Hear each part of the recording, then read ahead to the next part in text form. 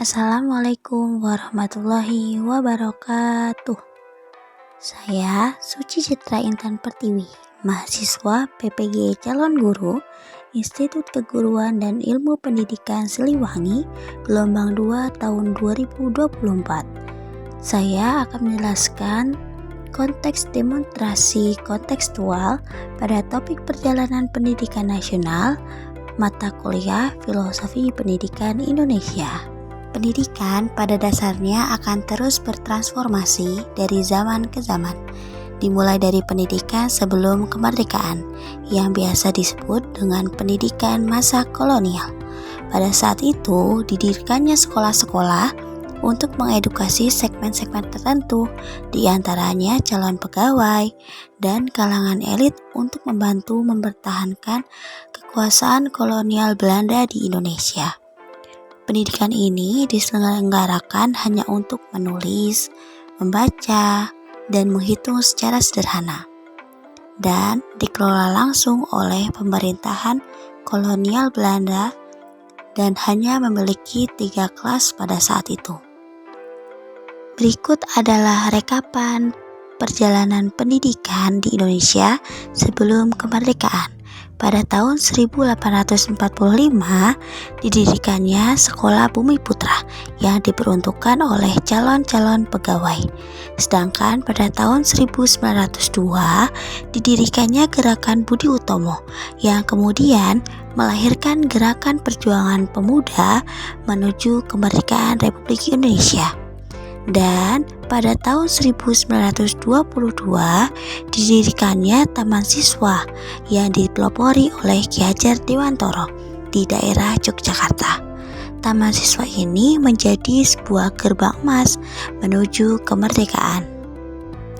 Raden Mas Wardi Suryaningrat yang biasa kita kenal Ki Hajar Dewantoro. Beliau adalah tokoh pendidikan nasional. Beliau lahir pada tanggal 2 Mei 1889 dan wafat pada tanggal 26 April 1959.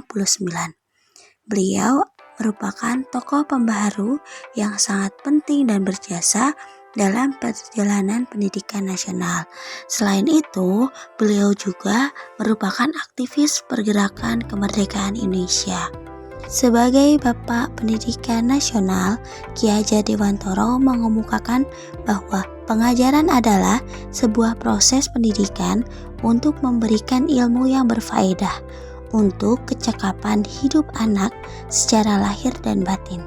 Sedangkan pendidikan merupakan sebuah tuntunan yang diberikan kepada anak agar anak menemukan segala kekuatan kodrat yang dimiliki anak agar ia mampu mencapai keselamatan dan kebahagiaan yang setinggi-tingginya, baik dalam sebagai seorang manusia ataupun anggota di masyarakat. Ki Hajar Dewantoro memiliki 3 semboyan pendidikan yang menjadi pedoman dalam pengajaran pendidikan saat ini, yaitu Ingarso Sung Tulodo, Ing Madya Mangunkarso, Tuturi Handayani. Ingarso Sung Tulodo yang artinya di depan memberikan contoh. Ing Madya Mangunkarso di tengah-tengah membangun semangat. Tuturi Handayani dia artinya di belakang memberikan dorongan. Begitulah sosok figur seorang pendidik ataupun guru terhadap peserta didiknya. Perjalanan pendidikan Indonesia setelah kemerdekaan. Semua rakyat Indonesia berhak dalam mendapatkan pendidikan. Namun pada saat itu masih ada ketimpangan pendidikan di mana belum adanya pemerataan pendidikan di desa dan di kota. Perjalanan pendidikan Indonesia setelah kemerdekaan diatur pada Undang-Undang Pokok Pendidikan dan Pengajaran Nomor 4 Tahun 1960.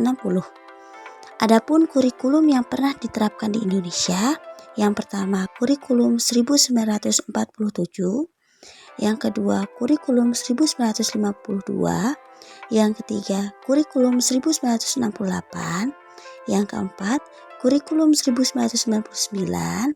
Yang kelima, kurikulum 2006 atau biasa disebut KTSP, kurikulum 2013 atau Kurtilas, dan kurikulum Merdeka yang dilaksanakan hingga pada saat ini.